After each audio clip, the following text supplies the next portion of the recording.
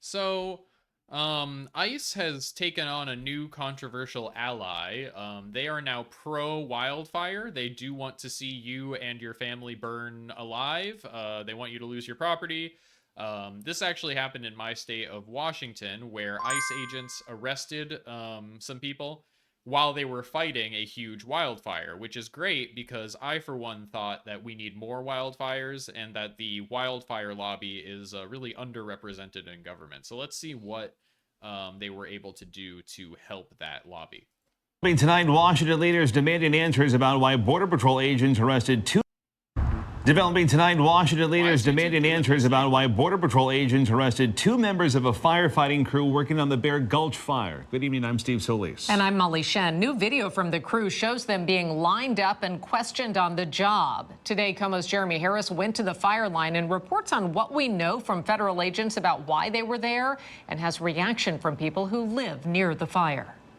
News that firefighters had been detained by border agents sparked concern here at the Bear Gulch fire, not only among the ranks of the firefighters, but also by... I think, if I'm not mistaken, these tents are actually where the firefighters are staying, which I think is interesting because, like, it's always surprising the conditions that they're in. Like, you think of these people are extremely important, but they're often really, like, roughing it out there.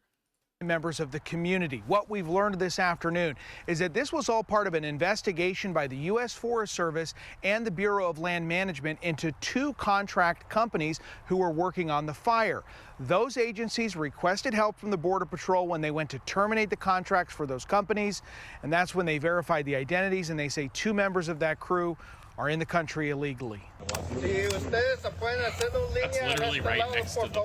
This video shows on the Border Patrol site. agents lining up a crew of firefighters at the Bear Gulch fire.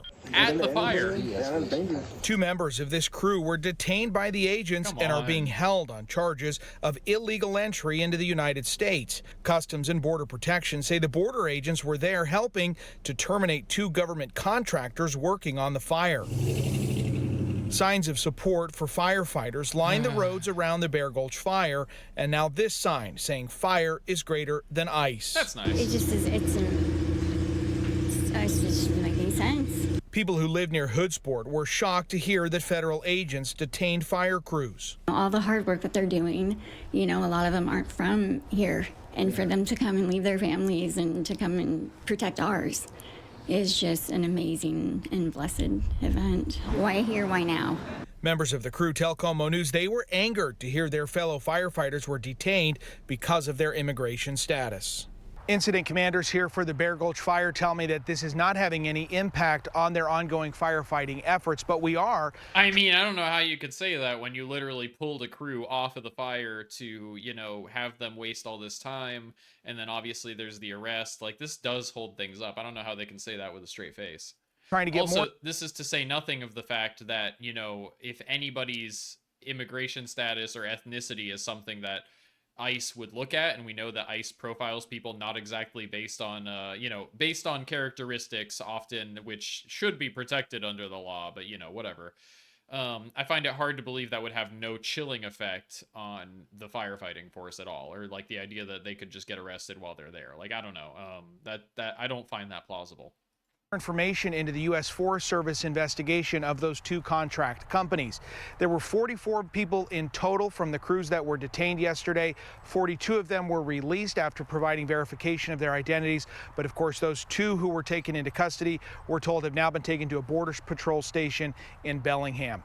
So, like, if you take 45 people or 44 people off of the fire, and then you have to interrogate all of them and then release them back to work, I don't know how you can say that that did not, you know, interrupt firefighting operations. That doesn't really seem plausible.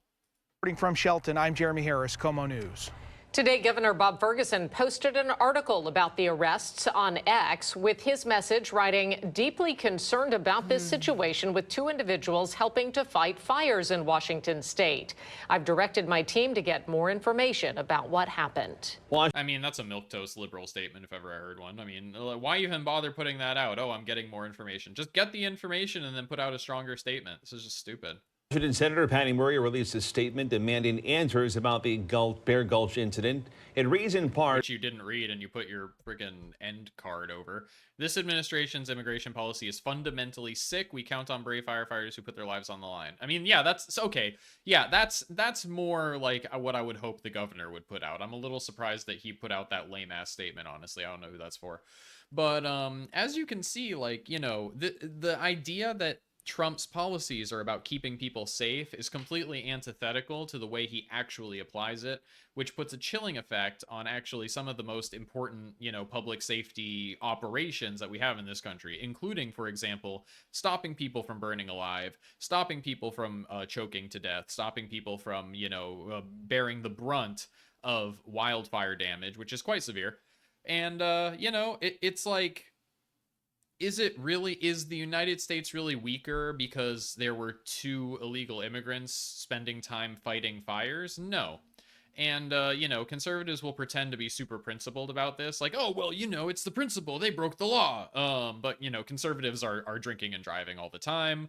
You know, they're defending people who commit crimes against children. Like the person at the head of their party right now was friends, you know, best friends with a notorious predator against children. They don't care about the law. They don't care about principles. This isn't something they actually have strong feelings about. The whole point is terror. The whole point is, you know, signaling to the world that they will do any amount of cruelty to immigrants, no matter where they are.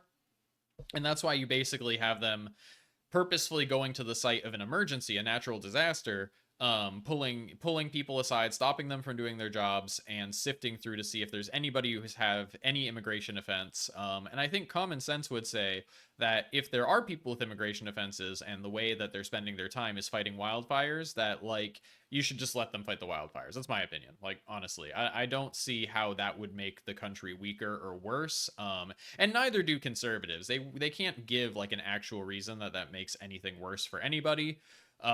Really, this is just pathetic. And, you know, it's I hope that, you know, people realize and see that Trump has no interest in public safety whatsoever, and it's literally, no matter what, we've looked today at the occupation of Washington, D.C., which, like, you know, liberals had a terrible response to.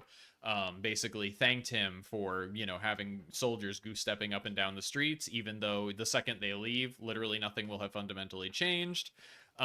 We've seen how the alligator Alcatraz thing, it was portrayed as something helping Trump with his immigration efforts, but what it really was just like a money laundering scheme that was shut down immediately. And now they're doing another graft where they're like funneling money into some tiny Virginia company to build an even bigger version of alligator Alcatraz, but in Texas. Like, all of this stuff is grift. All of this stuff is virtue signaling. It's all bluster.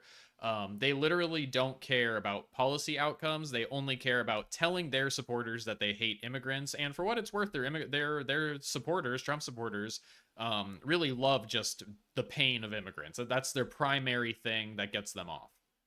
Hey, if you liked that video, please hit the like and subscribe button. It got me over the line of 200 subscribers recently. Big shout out to the people who did that.